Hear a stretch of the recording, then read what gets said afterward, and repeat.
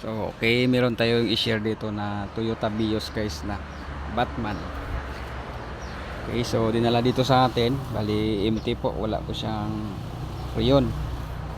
Yan. So una nating i-check is yung evaporator.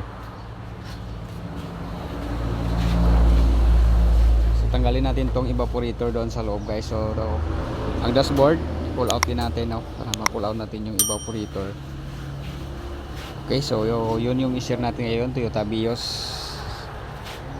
So sa pagtanggal ng dashboard guys, no, so hindi natin may video kasi sobrang haba ating video. Ang point natin dito is yung evaporator lang matanggal natin para ma-check. Okay, so ito na guys, no, natanggal na natin dito yung dashboard at ito iwan lang natin to, saka yung housing doon sa itaas. Bali dukutin natin yung evaporator sa ilalim guys, no, itong cover lang na kukunin natin, tapos yung airbag kunin. So bawal po tayo mag tanggal ng socket ng airbag, baka mag-ilaw yung dashboard. Dito kunin din, no. Ito nga na po nga.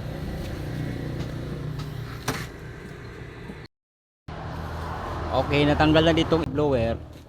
Itong housing na sa ibabaw, iiwan natin to, yung kunin natin ito yung sa ilalim lang, no. So ito guys, tanggalin natin.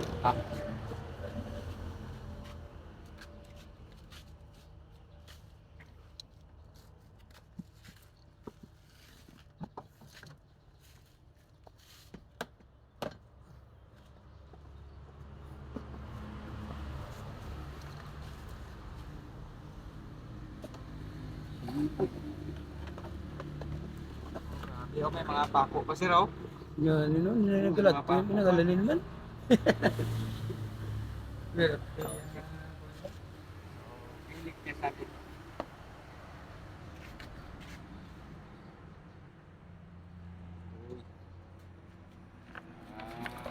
Side siya dito ng langis.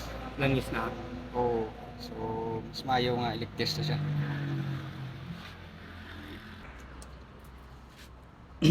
So anong model? Anong model ni sir?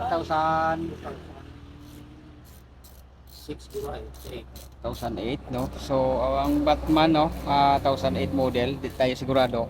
Pero first time ba ito nabuksan? So ito yung itsura ng evaporator niya for how many years. So kahit cleaning guys, hindi siya na patry ng cleaning kahit isang bisis, no, since sa pagbili ng unit na to. Okay, so electric lang natin.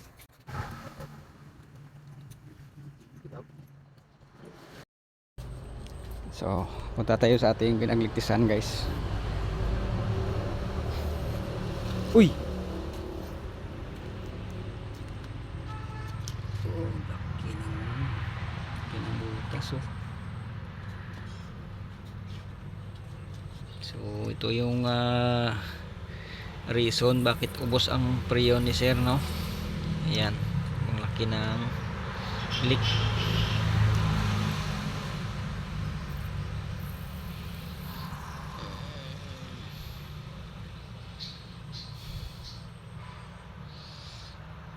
So okay, di yung leak ni sa ano lang, no, kuha lang labas.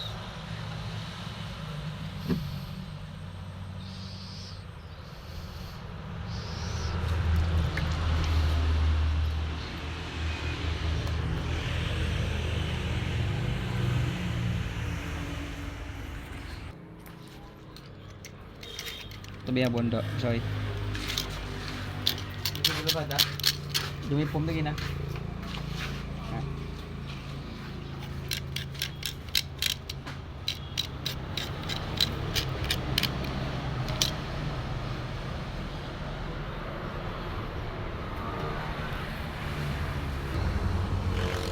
So 5.6 na ang kapilugan. Oo.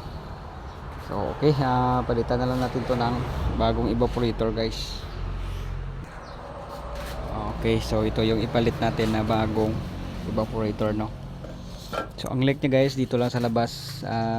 Kung i-weld natin to, hindi tayo sigurado sa mga ibang portion.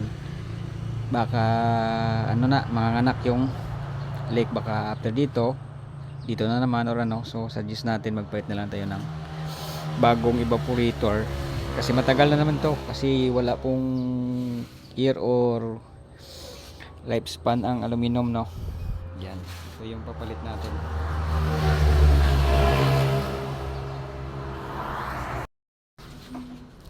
At sa pagpalit ng evaporator guys, no, isukat po natin yung ipapalit natin sa kanyang cover, kasi meron po siyang kawang dito. Yan, oh. So yung kamay natin makikita pa sa ilalim, so may kawang siya kasi magkaiba yung stock na sukat kaysa replacement sa bago na ipapalit.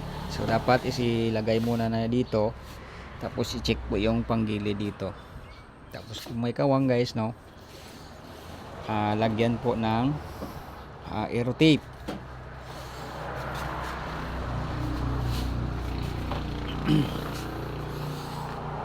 So ito po yung ilagay natin.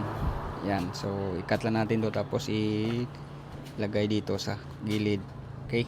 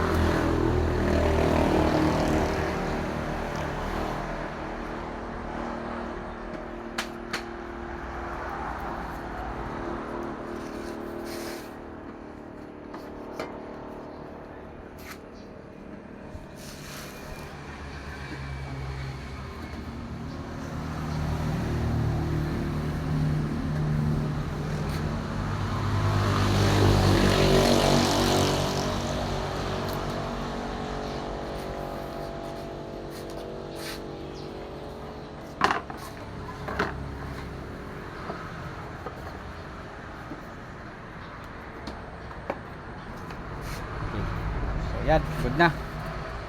Dito sa kabila. So, symbol na natin para good. 1 hour later. Okay, at ito na guys, no, naka-charge na tayo ng refrigerant. So, may reading tayo dito na 30 PSI. Yan. Tapos dito, okay na din yung dashboard, na ibalik na natin ng maayos. Yan. So number 3. Okay, good na. So ano rin na tayo maglagay ng temperature, kasi good naman ang lamig ng unit.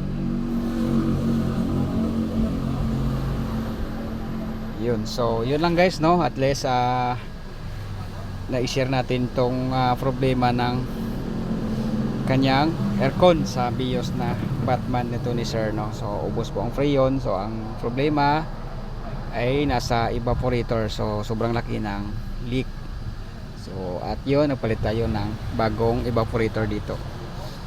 Okay, so yun lang guys, no. At syempre, kung bago ka pala sa aking channel, huwag kalimutan mag-subscribe at mag-hit sa notification bell para updated kayo sa kada video na i-upload natin. Okay, and so yun lang, and God bless po.